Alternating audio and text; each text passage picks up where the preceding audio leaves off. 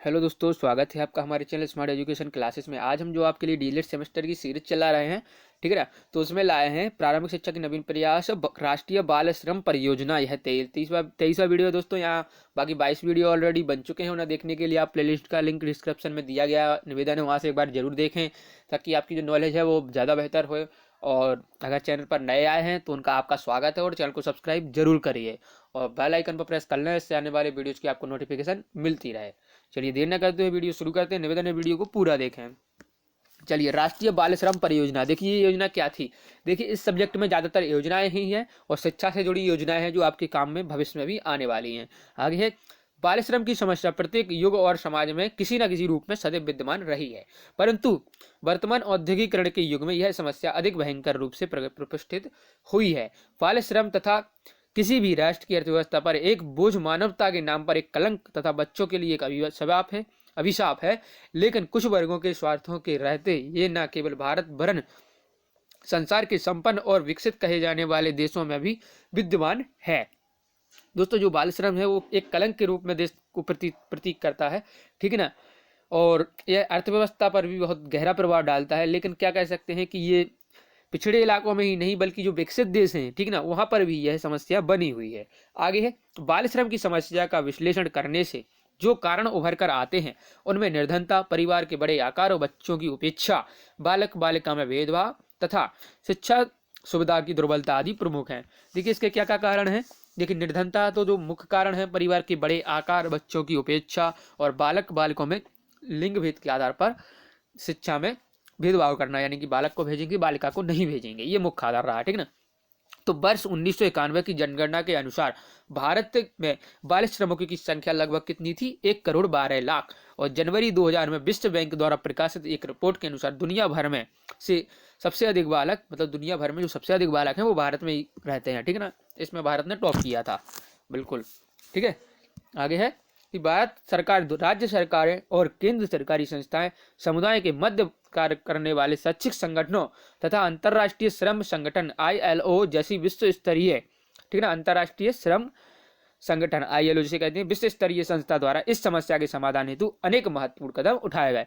देखिए जो राष्ट्रीय स्तर पर इस योजना, इसका जो वो सुधार था वो नहीं संभव था, तो इसके लिए अंतर्राष्ट्रीय स्तर पर योजना लाई गई, ठीक है ना। तो इस प्रसंग में उल्लेखनीय है कि अंतर्राष्ट्रीय श्रम सहयोग संगठन, ठीक, श्रम संगठन के अधीन अंतर्राष्ट्रीय बाल श्रम उन्मूलन कार्यक्रम के अंतर्गत भारत सहमति पत्र पर हस्ताक्षर करने वाला पहला देश बना था। देखिए पिछड़ा था और सबसे आगे था, तो बिल्कुल जाहिर सी बात है कि सबसे पहले आना होगा आगे। तो सबसे पहले भारत ने हस्ताक्षर किए थे, ठीक है ना। और राष्ट्रीय बाल श्रम उन्मूलन परियोजना 1992, ठीक है ना, ये तिथि याद रखिए। भारत सरकार के श्रम मंत्रालय और शिक्षा विभाग तथा संयुक्त राज्य अमेरिका के श्रम विभाग की तकनीकी सहयोग पर आधारित परियोजना है, ठीक है ना। यह परियोजना किस किस पर आधारित है, क्वेश्चन यह बन सकता है। तो भारत सरकार के श्रम मंत्रालय और शिक्षा विभाग तथा संयुक्त राष्ट्र अमेरिका के श्रम विभाग की तकनीकी सहयोग पर आधारित योजना है।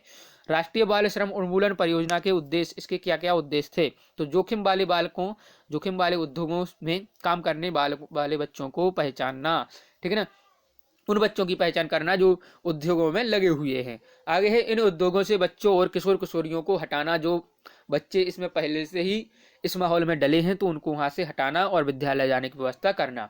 बाल मजदूरी से अलग किए गए बच्चों को सार्थक और अच्छी शिक्षा या व्यावसायिक शिक्षा प्रशिक्षण देना, ठीक है ना। जो बाल मजदूरी बालक सीख रहे थे तो उन्हें विद्यालय जाने की व्यवस्था करना, इसके साथ ही उन्हें व्यावसायिक प्रशिक्षण भी दिया जाना। आगे है, बाल मजदूरों के परिवारों को रोजगार के ठोस अवसर प्रदान किए जाएं, ठीक ना। जो बच्चे हैं उनके परिवारों की स्थिति देखी जाए, अगर उनके पास रोजगार नहीं है तो गवर्नमेंट उनके रोजगार की व्यवस्था करेगी। आगे है, लोगों में जागरूकता पैदा करके तथा समुदाय की मदद से जोखिमपूर्ण बाल मजदूरों को रोकथाम के लिए सकारात्मक वातावरण का निर्माण करना, ठीक ना।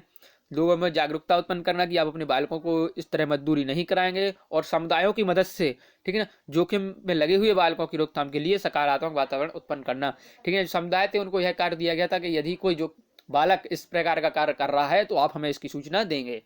आगे है, बाल श्रम निषेध संबंधी संवैधानिक प्रावधान। संविधान में क्या प्रावधान किए गए हैं? तो अनुच्छेद अपना जो 24 है वो क्या कहता है कि कारखानों आदि में बालकों के नियोजन पर निषेध है। अनुच्छेद 24 किसी फैक्ट्री, खान अथवा अन्य संकटमय गतिविधियों यथा निर्माण कार्य अथवा रेलवे में 14 वर्ष से कम आयु उम्र के बच्चों का नियोजन का निषेध करता है, ठीक है ना।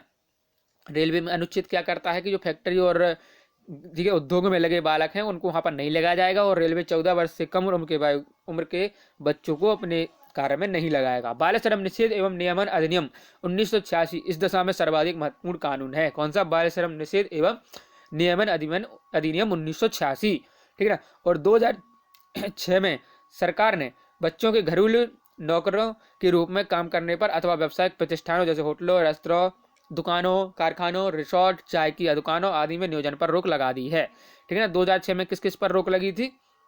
घरेलू, देखिए घर में कई प्रकार के नौकर बनाकर रखा जाता है बाल को, ठीक ना, कि झाड़ू पोंछा आदि के लिए। और चाय की होटलों पर, रेस्टोरेंट में, दुकानों, कारखानों, रिसोर्ट, चाय की दुकान और आदि पर रोक लगा दी थी कि यहाँ पर बालक नहीं लगाए जाएंगे। इससे 14 वर्ष से कम आयु के बच्चों को नियोजित करने वालों के विरुद्ध अभियोजन एवं दंडात्मक कार्यवाही की चेतावनी दी गई है। यानी कि ऐसा कोई पकड़ा भी जाता है व्यक्ति तो उसके खिलाफ दंडात्मक कार्यवाही की जाएगी।